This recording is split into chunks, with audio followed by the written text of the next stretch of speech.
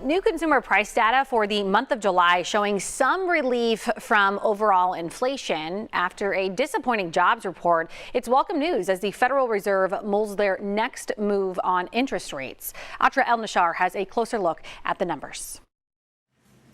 Americans closely watching changing costs of household staples. July brought relief in some categories, in others, the opposite. Overall consumer prices rose 0.1% between June and July, according to the Labor Department's latest inflation data. Since July of last year, they're up 3.4%. Annual inflation cooled slightly in July, but that really means little to consumers, right? The way I interact with inflation or the way you interact with inflation is mainly in the prices that we pay. Here's where Americans are paying less than they did this time last year.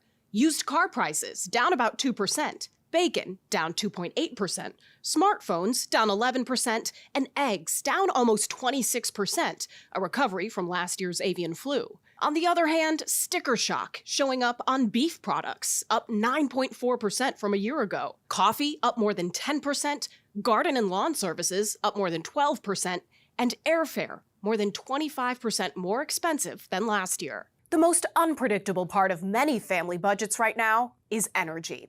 Electricity bills are rising faster than the overall rate of inflation, up more than 4% from a year ago.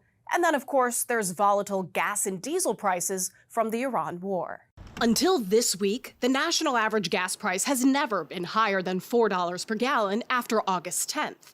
Wednesday, it was $4.03. As oil prices bounce up and down and all over the place, there's still some of those impacts that are going to bleed into our food prices and bleed into other things throughout the economy, making it tougher for the Federal Reserve to reach its goal of bringing inflation down to 2%. The Fed voted to keep interest rates steady at their July meeting, but it wasn't unanimous. If inflation continues to move sideways or even get worse from here, then I think we're going to have to start gradually adjusting interest rates. From where I sit, I just don't see it coming back on its own. Better modest restriction now than severe restriction later. Fed's next vote on interest rates is in mid-September. In Washington, I'm Atra El-Nashar reporting.